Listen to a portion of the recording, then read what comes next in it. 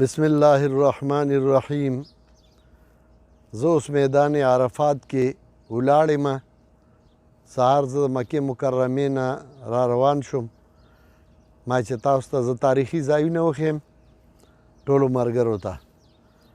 جناب رسول الله وسلم چې عرفات ته راته د وادي اورانا د طرف نه راغلی، دا مخامخ دا د وادي اورانا.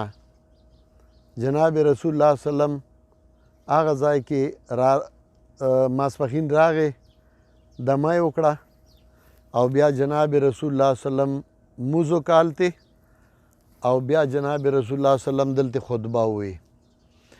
دا کوم جومات چې ښکاري دا د مسجد نمیره.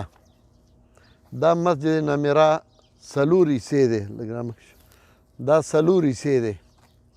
په دې کې دا یوه حصه دا په عرفات کې دننه ده او دا درې حصې دا د عرفات نه بهر دي.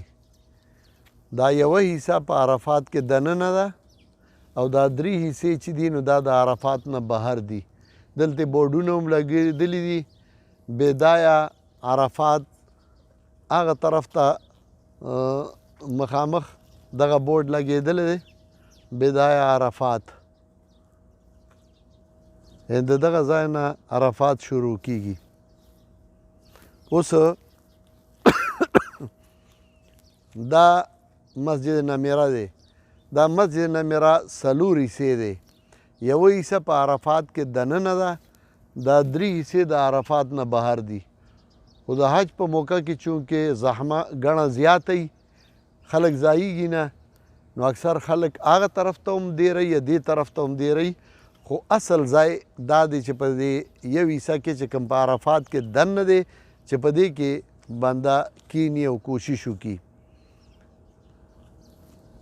بیا جناب رسول الله وسلم چې د وادي اورانا نه راغی، هلته یې د ماسپښین لمونځ وکړ، بیا خطبې دلته وویې او بیا جناب رسول الله وسلم سیده لاړ او د جبل رحمه ورته وایي، نو جناب رسول الله وسلم هلته کې دعا وکړه.